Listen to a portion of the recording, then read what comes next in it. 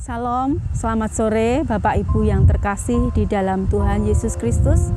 Pada kesempatan sore hari yang indah ini, kami tim multimedia dari GITJ Bulung Cangkring diberikan kesempatan oleh Tuhan untuk kita boleh mengambil frame video untuk khotbah online. Kesempatan yang indah dan luar biasa yang diberikan oleh Tuhan melalui Bapak Triman, pemilik kafe di Pijar, Pinus Kajar, yang saat ini masih belum di opening, belum dibuka. Kita masih dalam perbaikan, tetapi puji Tuhan kita diberikan kesempatan yang pertama kali untuk menikmatinya. Saudaraku, mari pada kesempatan sore yang indah ini, sebelum kita bersama-sama menggumuli kebenaran firman Tuhan, kita akan berdoa memohon hikmat dari Tuhan. Mari kita bersama-sama berdoa. Tuhan Yesus, terima kasih atas kesempatan yang indah sore ini. Engkau izinkan kami untuk kami boleh bersama-sama menggumuli kebenaran firman-Mu. Tuhan Yesus berkati ruangan tempat di mana kami berada saat ini. Tutup bungkus kami semua dengan kuasa darah-Mu. Biarlah Tuhan Yesus, apa yang sebentar lagi kami pergumulkan ini, kami pelajari, kiranya menjadikan hormat dan kemuliaan bagi nama Tuhan dan menjadikan dupa yang harum bagi kemuliaan Bapa di surga. Terima kasih Tuhan Yesus, berkati acara ini dari awal pertengahan hingga akhirnya nanti. Di dalam nama-Mu kami peralaskan doa kami. Haleluya. Amin. Saudaraku, kebenaran firman Tuhan yang akan kita pelajari bersama terambil dari kitab Yeremia. Kitab Yeremia, pasalnya yang ke-17, ayatnya yang ke-5 sampai dengan ayat yang ke-14. Demikian firman Tuhan. Beginilah firman Tuhan. Terkutuklah orang yang mengandalkan manusia, yang mengandalkan kekuatannya sendiri, dan yang hatinya menjauh daripada Tuhan. Ia akan seperti semak bulus di padang belantara. Ia tidak akan mengalami datangnya keadaan baik. Ia akan tinggal di tanah angus, di padang gurun, di negeri padang asin yang tidak berpenduduk. Diberkatilah orang yang mengandalkan Tuhan, yang menaruh harapannya pada Tuhan. Ia akan seperti pohon yang ditanam di tepi air, yang merambatkan akar-akarnya ke tepi batang air, dan yang tidak mengalami datangnya panas terik. Yang daunnya tetap hijau, yang tidak khawatir dalam tahun kering, dan yang tidak berhenti menghasilkan buah. Betapa liciknya hati, lebih licik daripada segala sesuatu. Hatinya sudah membatu, siapakah yang dapat mengetahuinya?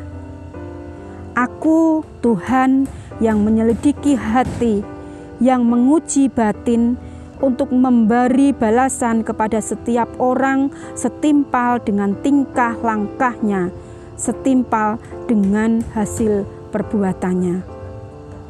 Seperti ayam hutan yang mengerami yang tidak ditelurkannya, demikianlah orang yang menggaruk kekayaan secara tidak halal.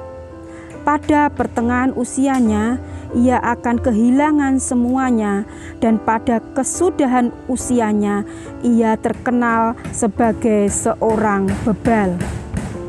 Tahta kemuliaan luhur dari sejak semula, tempat bait kudus kita. Ya, pengharapan Israel, Tuhan, semua orang yang meninggalkan Engkau akan menjadi malu. Orang-orang yang menyimpang daripadamu akan dilenyapkan di negeri. sebab mereka telah meninggalkan sumber air yang hidup, yakni Tuhan. Sembuhkanlah aku ya Tuhan, maka aku akan sembuh. Selamatkanlah aku, maka aku akan selamat, sebab Engkaulah kepujianku.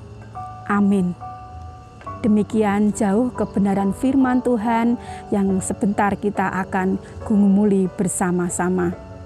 Saudaraku, pada perikop yang telah kita pelajari minggu kemarin, kita telah mengerti, kita telah belajar bersama bagaimana Tuhan mengutus Nabi Yesaya untuk mengingatkan bangsa Yehuda, untuk mengingatkan bangsa Israel akan setiap dosa-dosa mereka. Namun saudaraku, karena hati mereka yang bebal, hati mereka yang tegar tengkuk, bangsa ini tidak menghiraukan perintah Tuhan. Sehingga akhirnya Tuhan mengutus seorang nabi lagi yang bernama Nabi Yeremia. Nabi Yeremia diutus Tuhan untuk mengingatkan bangsa Yehuda. Saudaraku, tema yang akan kita pelajari bersama sore ini yaitu berbahagialah mereka yang dipulihkan. Kata berbahagia itu memiliki arti yaitu suatu keadaan, suatu perasaan di mana kita merasakan senang dan tentram. Setiap orang tanpa terkecuali kita pasti menginginkan hal tersebut. Setiap kita pasti ingin keadaan kita merasakan suatu kebahagiaan. Saudaraku, kata mereka di dalam perikop ini, judul dari renungan ini, mereka ini merujuk kepada bangsa Yehuda. Bangsa Yehuda yang dalam keadaannya tetap tegar tengkuk, tidak mau diingatkan Tuhan, ingin terus tetap hidup di dalam dosa.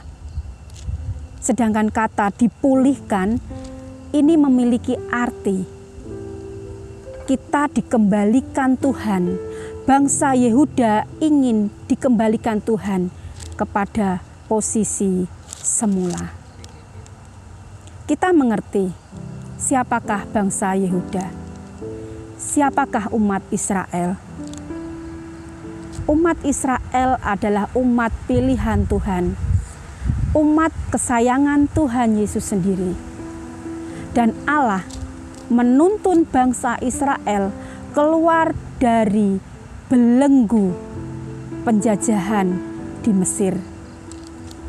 Bangsa Israel dituntun Tuhan keluar dari perbudakan di Mesir, dibawa Tuhan ke tanah Kanaan, tanah yang penuh dengan susu dan madu, tanah yang berlimpah dengan kasih dan kemurahan Tuhan. Tetapi apa yang dilakukan oleh bangsa Israel, bangsa Yehuda setelah mereka sampai di tanah Kanaan? Mereka bukannya menyembah Tuhan, mereka bukannya hidup takut akan Tuhan dan mengasihi Tuhan. Tetapi yang dilakukan mereka malah membuat Allah lain, menciptakan Allah lain dengan tangannya sendiri. Tangan mereka membuat patung-patung dan mereka menyembah Allah lain. Saudaraku, apa yang dilakukan oleh bangsa Yehuda ini tidak jauh berbeda dengan apa yang sedang kita alami di dalam kehidupan kita. Sering Tuhan membiarkan kita Tuhan telah menebus kita dari setiap dosa-dosa kita. Tuhan sudah menyelamatkan hidup kita, memulihkan kita. Tetapi apa yang sering kita lakukan, saudaraku? Kita malah lebih suka terus hidup di dalam dosa. Kita lebih suka menikmati dosa itu dan enggan untuk meninggalkan kesenangan diri kita. Kita tidak ubahnya seperti bangsa Yehuda yang tegar tengkuk, yang dablek, yang tidak mau meninggalkan dosa-dosa lama mereka. Mereka enggan meninggalkan kenyamanan di dalam kehidupan duniawi mereka. Saudaraku, apa yang kita cintai, apa yang kita idolakan, apa yang kita kagumi di dalam diri kita, di dalam hati kita, di dalam batin kita, melebihi cinta kita kepada Tuhan, itu adalah berhala. Hati-hati saudaraku, sore ini Allah mengingatkan kita, jangan kita ciptakan berhala itu di dalam hati kita. Terus kita sanjung, terus kita puja, terus kita sembah, kita idolakan di dalam hati kita. Dan kita meninggalkan kekaguman kita untuk Tuhan Yesus. Itu adalah berhala, saudaraku. Hati-hati, mari koreksi diri kita. Jangan sampai kita menyimpan berhala Allah lain di dalam diri kita. Saudaraku yang dikasihi Tuhan, Nabi Yeremia sore ini mengingatkan kita, apakah kita tetap setia untuk hidup terus di dalam dosa dengan segala konsekuensi yang harus kita terima? Ayat 5 dan ayat 6 mengatakan dengan jelas, beginilah firman Tuhan, terkutuklah orang yang mengandalkan manusia. Mungkin di dalam diri kita merasa sombong, kita merasa kuat, kita merasa mampu, kita merasa pandai, kita merasa bahwa aku bisa hidup tanpa Tuhan. Itu sudah menjadi berhala, Bapak Ibu. Hati-hati, diri kita pun bisa menjadi berhala. Hati-hati saudaraku, jangan sampai kita mengandalkan kekuatan manusia. Jangan sampai kita mengandalkan kekuatan diri kita tanpa kita mau berserah total kepada Tuhan. Yang mengandalkan kekuatannya sendiri dan yang hatinya menjauh daripada Tuhan. Hati-hati hidup kita. Jika kita sudah merasa mampu, jika hidup kita sudah merasa kuat, kita akan menjauh dari Tuhan. Perlahan tapi pasti, iman kita akan mati karena kita terlepas dari kuasa Tuhan. Saudaraku yang dikasihi Tuhan, yang dikatakan di ayat yang ke-6, ia akan seperti semak bulus di padang belantara.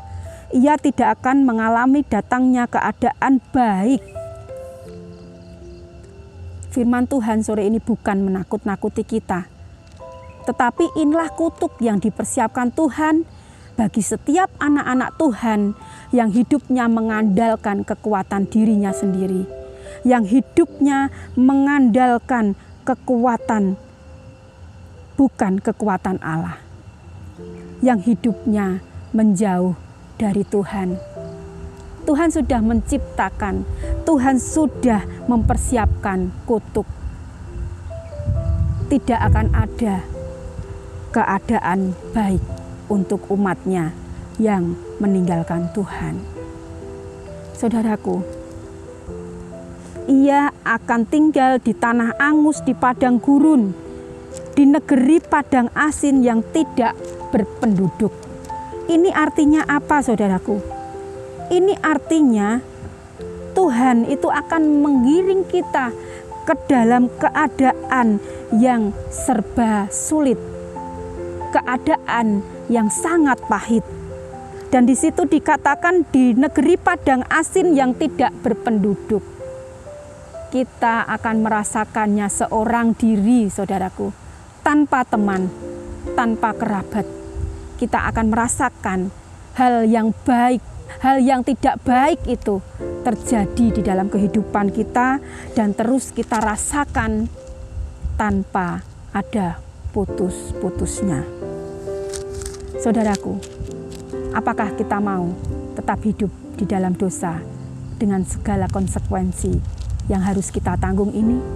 Ataukah kita mau hidup diberkati Tuhan, hidup mengandalkan Tuhan, hidup di dalam koridor Tuhan?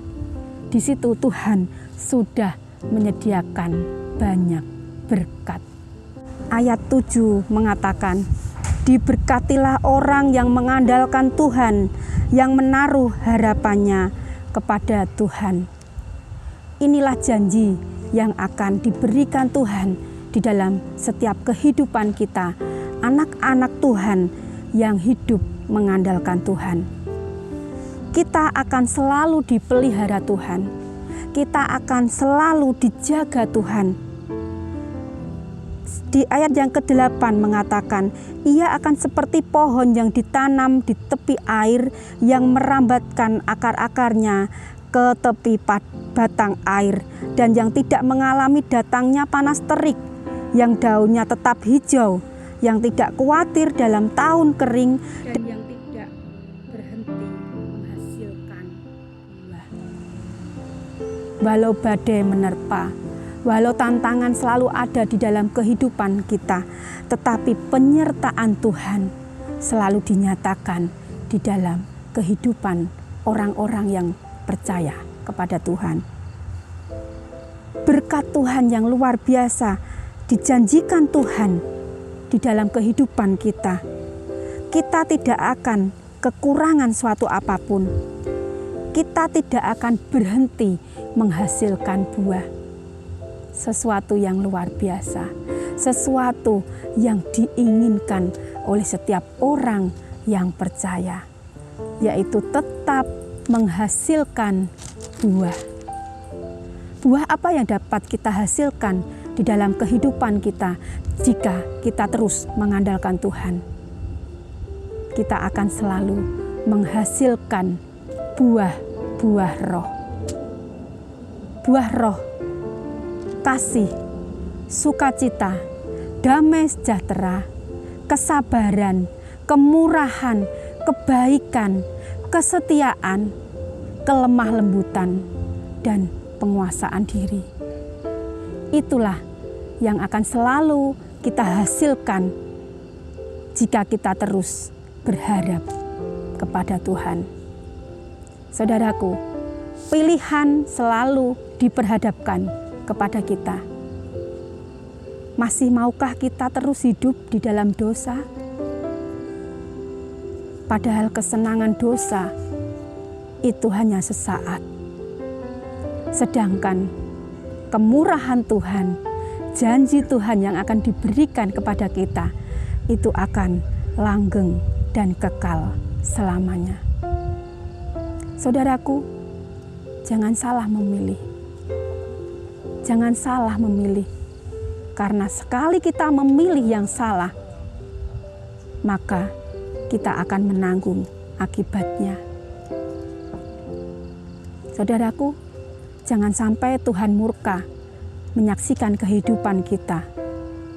Jangan sampai kehidupan kita terus ndablek, terus tegar tengkuk, tidak mau bangun turut dumateng Gusti. Kita nggugu awak kita sendiri. Kita nggugu keinginan diri kita sendiri. Kita terus hidup di dalam dosa. Hati-hati, Allah akan menggiring kita kepada hal-hal yang serba sulit dan pahit. seperti yang dilakukan Allah kepada bangsa Yehuda. Allah menggiring bangsa Yehuda dibuang ke pembuangan Babel. Tujuannya untuk apa? Hanya satu tujuan Allah, biar umatnya, umat yang dikasihi Tuhan itu, bangsa Yehuda itu kembali ingat kepada Tuhan, kembali ingat kepada Sang Pencipta, yaitu Tuhan Yesus Kristus. Bukan menyembah Allah lain, bukan mengandalkan kekuatannya sendiri. Saudaraku, kita adalah umat pemenang. Kita sudah dimenangkan Tuhan dari segala kuasa dosa. Hidup kita sudah dipulihkan Tuhan. Berkat-berkat Tuhan sudah disediakan bagi kehidupan kita. Tetapi satu hal yang terus kita ingat, ada satu kuncinya, ada satu harga yang harus kita bayar, ada satu hal yang harus kita lakukan, yaitu kita harus hidup mengandalkan Tuhan dan menaruh harapan kita hanya kepada Tuhan. Seperti yang tertera di ayat yang ke-7, itulah janji berkat Tuhan untuk anak-anak yang setia kepadanya. Saudaraku yang diberkati Tuhan, bagaimanakah kehidupan yang terus mengandalkan Tuhan? Kehidupan yang terus mengandalkan Tuhan, itu kita selalu hidup melekat kepada Tuhan. Hidup yang melekat kepada Tuhan tidak hanya nempel, tetapi berada di dalam kasih karunia Tuhan. Saya memiliki satu perumpamaan, satu gambaran. Kiranya hal ini akan memudahkan kita untuk mengerti apa yang menjadi kehendak Tuhan.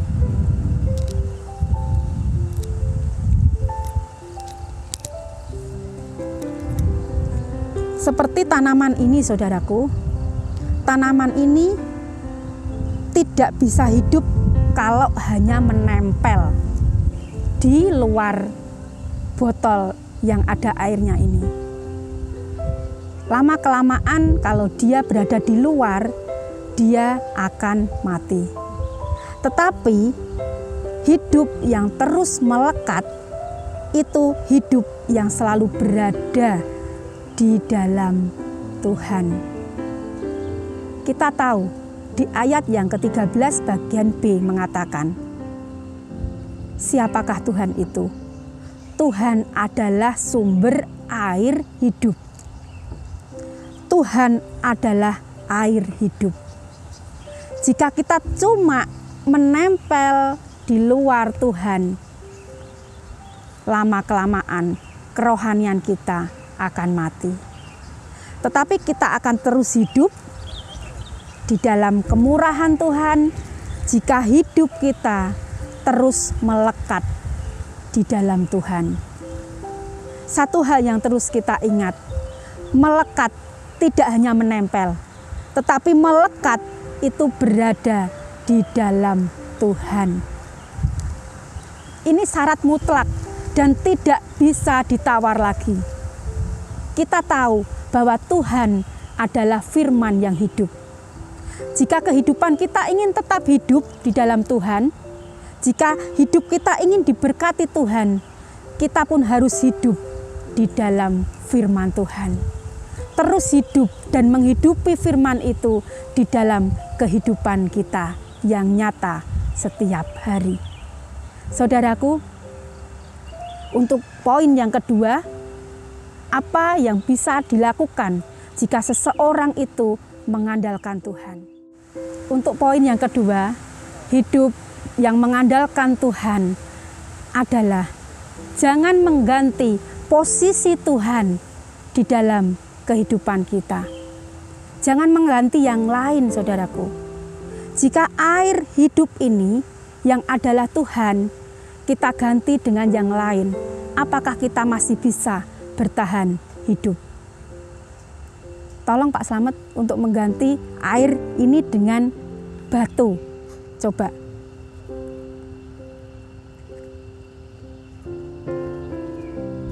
Saudaraku, kita tahu bahwa hanya Tuhan sumber air hidup di dalam diri kita.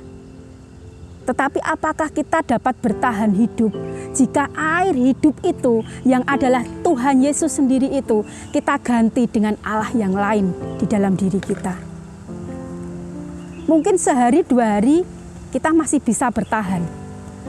Tetapi jika air hidup yang ada di dalam botol ini kita ganti dengan batu yang kering ini tanpa air, saudaraku, apakah kita masih bisa bertahan? Mungkin sehari 2 hari tanaman ini masih kelihatan segar. Tetapi 3 hari dan berikutnya tentunya sudah layu, kering, dan akhirnya kita buang. Karena di sini tidak ada asupan untuk makanan. Tidak ada asupan untuk dia dapat bertahan hidup. Saudaraku, hidup yang mengandalkan Tuhan itu tidak akan pernah mengganti posisi Tuhan dengan Allah yang lain. Saudaraku, begitu pentingnya posisi Tuhan di dalam hidup kita. Allah harus menjadi yang nomor 1 di dalam diri kita, di dalam hidup kita. Jangan kita ganti dengan yang lain. Karena iman kita lama-kelamaan akan mati. Untuk poin yang ketiga, apa yang dapat kita lakukan sebagai orang-orang yang terus mengandalkan Tuhan? Orang yang mengandalkan Tuhan selalu bekerja keras, selalu berusaha dan berjuang, dan menyerahkan hasil akhir itu pada kedaulatan Tuhan. Orang-orang yang mengandalkan Tuhan tidak hanya cukup berdiam diri, berpangku tangan, berdoa tanpa berbuat sesuatu. Tetapi orang yang mengandalkan Tuhan terus berdoa, berserah kepada Tuhan, bekerja dan menghasilkan buah. Itulah yang dikehendaki Tuhan buat hidup kita. Orang-orang yang percaya jangan hanya cuma berdoa. Orang yang mengandalkan Tuhan tidak cukup hanya berdoa, tetapi kita berjuang, kita berusaha sekuat mungkin dan menyerahkan hidup kita ke dalam kedaulatan tangan Tuhan. 3 poin, saudaraku, yang menjadikan orang-orang percaya terus mengandalkan Tuhan. Hidup melekat kepada Tuhan, tidak menggantikan Tuhan dengan posisi yang lain, dengan Allah-Allah yang lain. Dan hidup yang mengandalkan Tuhan selalu berjuang dan berusaha keras, walaupun menyerahkan hasil akhir itu kepada Tuhan. Sebagai penutup, saudaraku, ada 1 kata yang terus memberkati kehidupan saya. Tidak ada kemuliaan tanpa sebuah perjuangan. Tidak akan diberikan surga itu bagi saya dan panjenengan jika kita tidak mau memperjuangkan iman kita tetap hidup di dalam Tuhan. Iman yang terus hidup, iman yang terus berjuang, iman yang terus bergerak, iman yang mau melawan arus, menyangkal diri, memikul salib. Itulah iman yang hidup. Saudaraku, kehidupan panjenengan ingin diberkati Tuhan, kehidupan panjenengan ingin berbahagia, 1 kuncinya, hiduplah mau dipulihkan Tuhan.